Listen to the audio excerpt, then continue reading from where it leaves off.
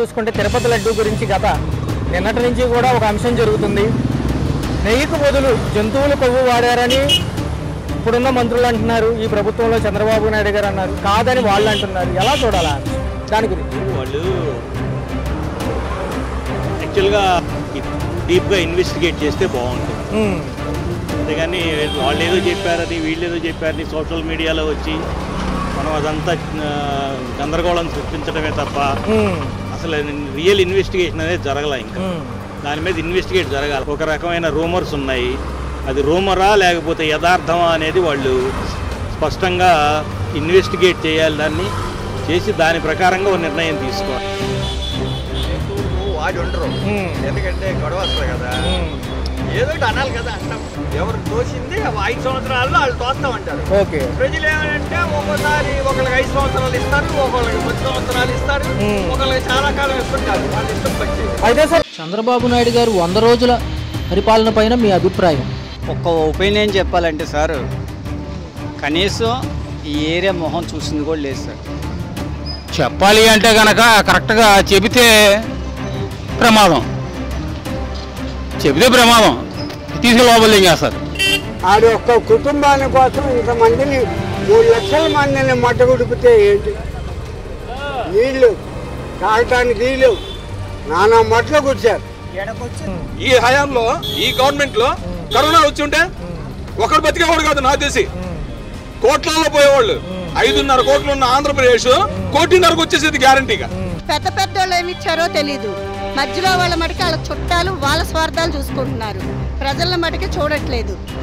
సిగ్గులేని మాటలు సిగ్గు అది అంటారు చూసావా, సీమి రక్తం లేని వాళ్ళని ఆ టైపులో తప్పించి వీళ్ళకి కుక్క చెయ్యైనా సరే పక్కకెళ్ళిద్ది. ఇలా వెళ్ళరు, ప్రజలు చీకొడుతున్నారు వాళ్ళని. అయినా వీళ్ళు సిగ్గు సీమి రక్తం అనేది లేదు. ఆయన ప్రభుత్వంలో లేడు కాబట్టి ఆయన ఏం చేయలేదు. ఆయన ప్రభుత్వంలో ఉన్నా ఏం చేయలేదు, ఇప్పుడున్నా ఏం చేయలేదు. ఏదో మళ్ళీ ఇప్పుడు ఏమన్నంటే వీళ్ళు కావాలని చేశారు, వాళ్ళు కావాలని చేశారని చెప్పడం తప్ప ఏం లేదు. ఆయన చేసింది అయితే ఏం లేదు. నాకు తెలిసి 99.99% విఫలమైనవి. ఇంకా రోజా ఎక్కడ ఉందండి? రోజా పేరు ఎందుకండి అనవసరంగా?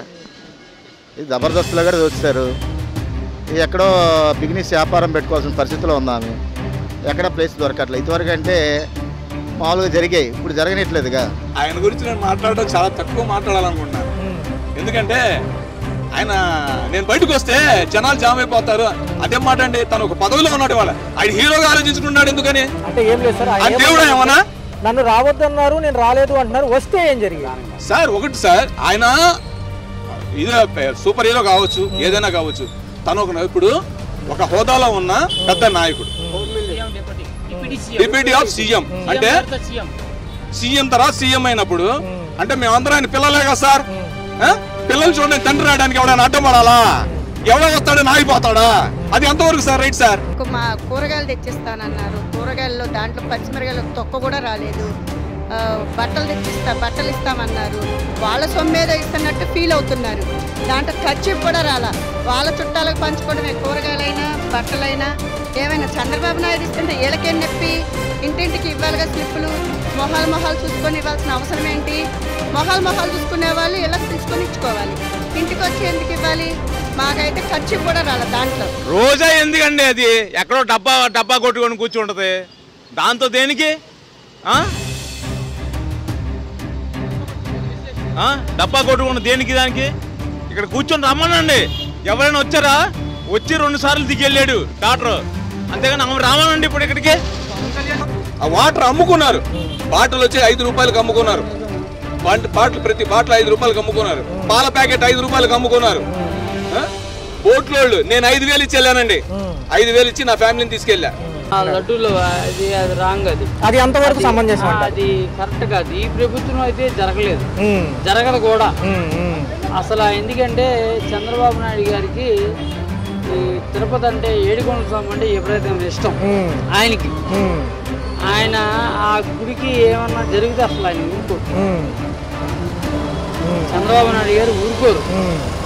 జరిగింది కాబట్టి దాన్ని బయట పెడతారు, అసలు సమస్య లేదు.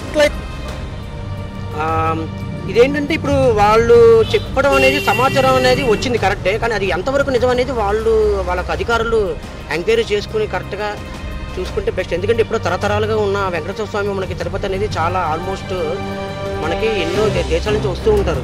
మన ఒక సాంప్రదాయాన్ని కాపాడుకోవాలి. ఒకటి ఒక ప్రసాదాలే అంత మోతాదు జరుగుతున్నాయంటే అది చాలా ప్రమాదకరమైంది. ఎందుకంటే అవి తిన్న వాళ్ళు ఏమవుతారు అనేది కూడా ఆలోచించాలి. జనాలు వాళ్ళకి ఏమైనా ఇబ్బంది అయినా కూడా తర్వాత అది మనం గవర్నమెంట్ కూడా పే చేయాల్సి వస్తుంది. తిరుపతి లడ్డూలు చూశారు నిన్న, ఇదే కానీ ముందు వచ్చినట్టయితే జనాలంతా తరిగిపోయేవాళ్ళు. అదే ఆ తిరుపతి లడ్డూ విషయం గురించి జంతువులు కొవ్వు కలిపారని కొంతమంది అంటున్నారు. మంత్రి గారు అన్నారు, ముఖ్యమంత్రి గారు అనడం జరిగింది. వాళ్ళేం కాదు అంటున్నారు. అంశాలు ఎలా అంటారు బాబు, గుజరాత్ నుంచి national development corporation central government of India వాళ్ళు చేసి వాళ్ళు పంపించారు. దానికి కాదు అనడానికి ఎవరికి అధికారం చెప్పు? వాళ్ళే పక్షపాతం చూపిస్తారు కదా. అది గవర్నమెంట్ ఆఫ్ ఇండియాది నేషనల్ డెవలప్మెంట్ బోర్డు. అది మనం చూస్తుంటాం, పావులు ఇవన్నీ వెళ్తా ఉంటాయి కన్నా ట్రైన్లకు కూడా కనెక్షన్ వెళ్తా ఉంటాయి. గుజరాత్ ఉంది మెయిన్. అది ఏదైనా టెస్ట్లు అక్కడికే పంపిస్తారు, ఎవరు పంపించినా సరే. అది జరిగింది కాబట్టి మరి ఆయన రిపోర్ట్ ఇచ్చిన తర్వాత మరి ఆయన ఛాలెంజ్ చేయలేదే. మళ్ళీ నేను తిట్టాడు ఇష్టం వచ్చినట్టు. ఆయన మాట్లాడచ్చు, అది ఏది వాక్ స్వాతంత్రం కాబట్టి బూతులు తిట్టవచ్చు, ఏమైనా చేయొచ్చు. కానీ అదే ఎంతవరకు కరెక్ట్ అనేది ఆలోచించాలి. మరొక అంశం చూసుకుంటే నిన్న తిరుపతికి సంబంధించి లడ్డూ ప్రసాదం ఏదో జరిగిందని చెప్తారు, ఇంకా ఇష్యూ బయటికి రాలేదు.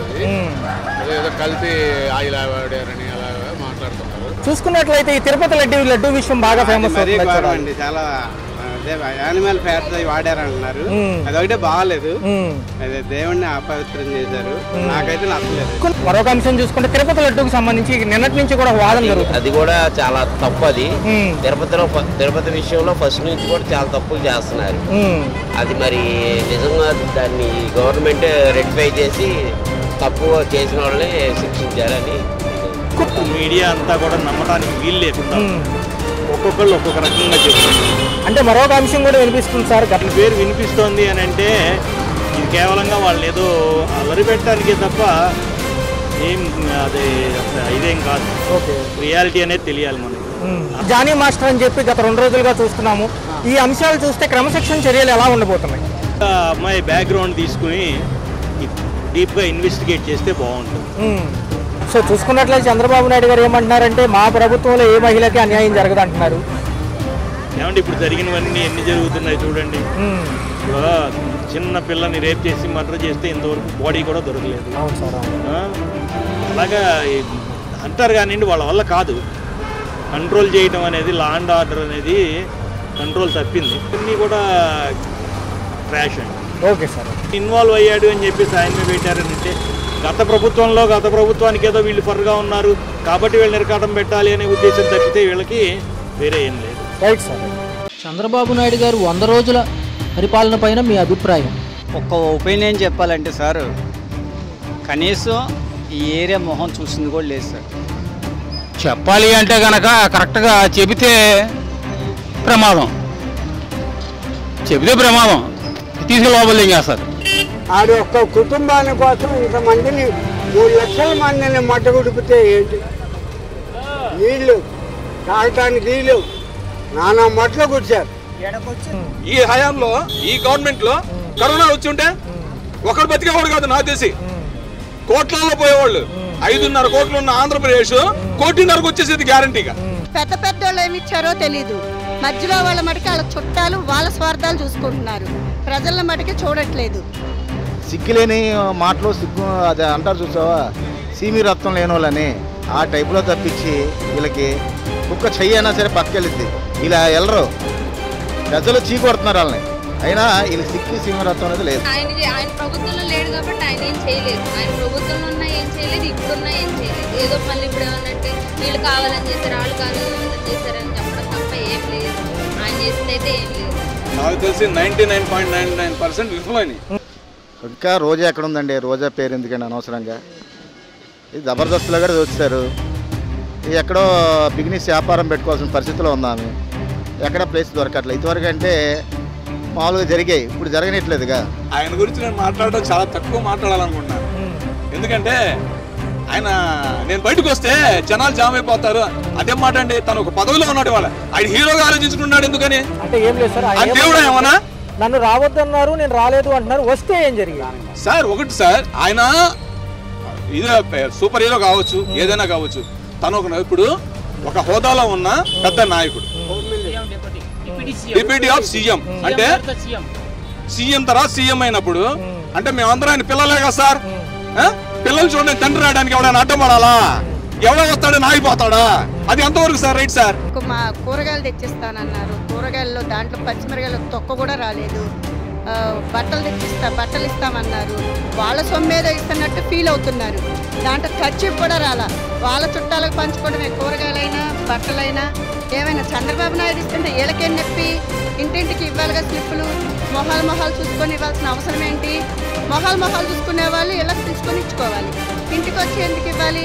మాకైతే ఖర్చు కూడా రాలే దాంట్లో. రోజా ఎందుకండి? అది ఎక్కడో డబ్బా కొట్టుకొని కూర్చుంటది, దాంతో దేనికి? డబ్బా కొట్టుకున్న దేనికి దానికి? ఇక్కడ కూర్చొని రమ్మనండి. ఎవరైనా వచ్చారా? వచ్చి 2 సార్లు దిగెళ్ళాడు డాక్టర్, అంతేగాని ఆమె రామనండి ఇప్పుడు ఇక్కడికి. ఆ వాటర్ అమ్ముకున్నారు, బాటిల్ వచ్చి 5 రూపాయలకు అమ్ముకున్నారు. బాటిల్ ప్రతి బాటిల్ 5 రూపాయలకు అమ్ముకున్నారు. పాల ప్యాకెట్ 5 రూపాయలకు అమ్ముకున్నారు. బోట్లోళ్ళు నేను 5,000 ఇచ్చి వెళ్ళానండి. 5,000 ఇచ్చి నా ఫ్యామిలీని తీసుకెళ్ళా.